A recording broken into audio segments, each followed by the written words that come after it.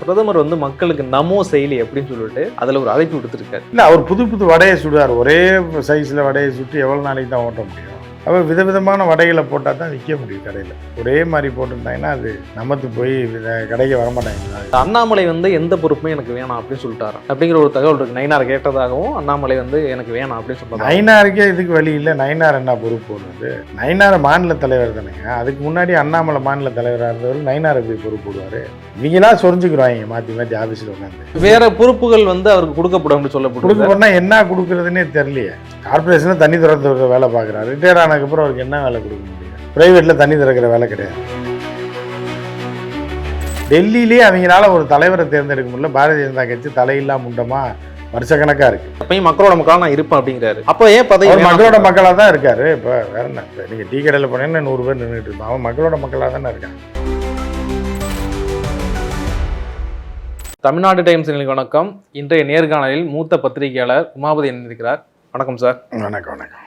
பிரதமர் வந்து மக்களுக்கு நமோ செயலி அப்படின்னு சொல்லிட்டு அதில் ஒரு அழைப்பு விடுத்திருக்காரு. என்ன அப்படின்னா, இந்த சுதந்திர தினம் வருது இல்லையா, அதில் என்னென்ன விஷயங்கள் பண்ணணும், எந்த குறையிலாக இருந்தாலும் வந்து நீங்கள் இது மூலம் தெரியப்படுத்தலாம், அதை நாங்கள் வந்து சரி பண்ணி தருவோம். எப்படி பார்க்குறீங்க?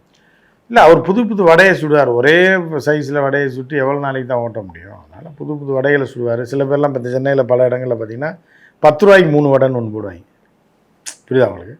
நீங்கள் டீ கடையில் போய் வடை சாப்பிட்டீங்கன்னா ஒரு வடை தான் சாப்பிடுவீங்க 10 ரூபாய்க்கு.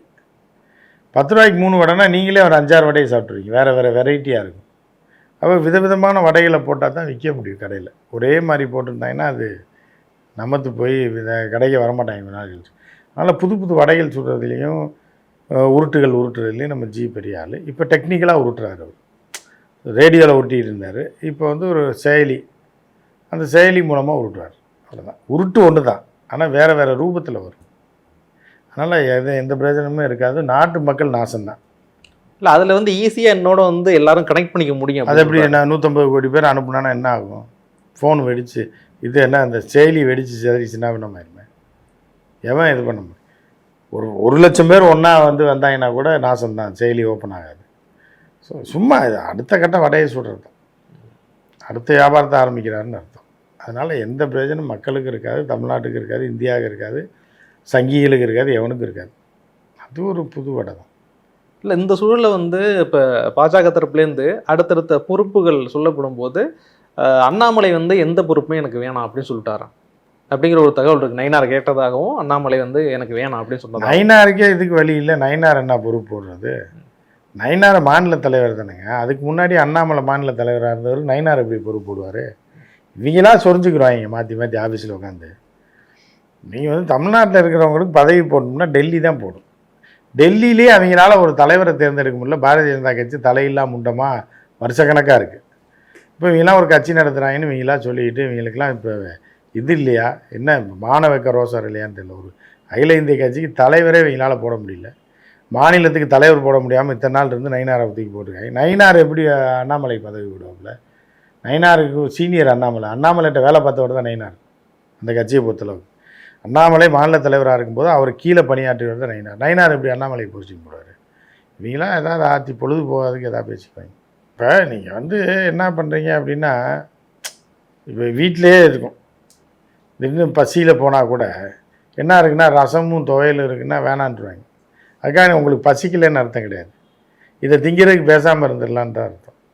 அந்த மாதிரி தான் நம்மளை சொல்லி இந்த பதவி மண்ணாங்கட்டியை வாங்குறதுக்கு நம்ம பேசாமல் இருக்கலாம். போடா எனக்கு ஒன்றும் வேணாண்டான்ற மாதிரி தான். ஆனால் ஏற்கனவே மென்ஷன் பண்ணும்போது வந்து எப்பயுமே தமிழ்நாட்டு மக்களுக்காகவும் அதாவது பாஜக தீங்கு கட்சி இல்லை அப்படின்னு சொல்கிறாரு இல்லையா? எப்பயும் மக்களோட மக்களாக நான் இருப்பேன் அப்படிங்கிறாரு. அப்போ ஏன் பதவி? மக்களோட மக்களாக தான் இருக்கார். இப்போ வேற என்ன? இப்போ நீங்கள் டீ கடையில் போனீங்கன்னா 100 பேர் நின்றுட்டு இருப்பான். அவன் மக்களோட மக்களாக தானே இருக்கான். இப்போ நீங்களும் இருக்கீங்க. போன எப்படி ரோட்டோட போனீங்கன்னா டி நகரில் மக்களோட மக்களாக தான் போகணும். அதில் வேறு என்ன வித்தியாசம் இருக்குது? அவர் அது மாதிரி அனாமத்தான் தெருவில் இருக்காருன்றதை சொல்கிறார். நம்ம தான் தெருவில் தெரிஞ்சுக்கிட்டு இருக்கேன். நான் எனக்கு ஒன்றுமே கிடையாது, ஊரோட சேர்ந்து அப்படி நடந்து போயிட்டு வந்துட்டு இருக்கேன், என்னை விட்டுருங்கன்ற அவ்வளோதான். வேற பொறுப்புகள் வந்து அவருக்கு கொடுக்கப்படும் சொல்லப்படும். கொடுக்கப்படனா என்ன கொடுக்குறதுனே தெரியலையே. புரியுதா உங்களுக்கு? கார்பரேஷனில் தண்ணி திறந்து வேலை பார்க்குறாரு. ரிட்டையர் ஆனதுக்கப்புறம் அவருக்கு என்ன வேலை கொடுக்க முடியும்? ப்ரைவேட்டில் தண்ணி திறக்கிற வேலை கிடையாது. புரியுதா உங்களுக்கு? அவருக்கு வேலை கொடுக்க முடியாமல் வச்சு என்ன பண்ணுறதுன்னு தெரியாமல் வச்சுருக்காங்க. ஸோ அவ்வளோதான் இருக்கே தவிர அவரை இது பண்ண முடியாது. அவர் அகில இந்திய அளவில் ஏதாவது ஒரு போஸ்டிங் கொடுக்குறதுக்கு பார்த்துட்ருக்கேன். அகில இந்திய தலைவரே இல்லாத ஒரு கட்சியில் என்ன போஸ்ட்டு கொடுப்பாங்க? அதனால் அவங்க இப்போ தான் தலைவர் தேடிட்டு இருக்காங்க, யாருக்கு தலைவர் கொடுக்குறான்னு. அதுக்கப்புறம் முடிவு பண்ணுவாங்க, ஒரு 6 மாதம் 1 வருஷத்தில் முடிவு பண்ணுவாங்க. உங்கள் நேரத்துக்கு ரொம்ப நன்றி. நன்றி.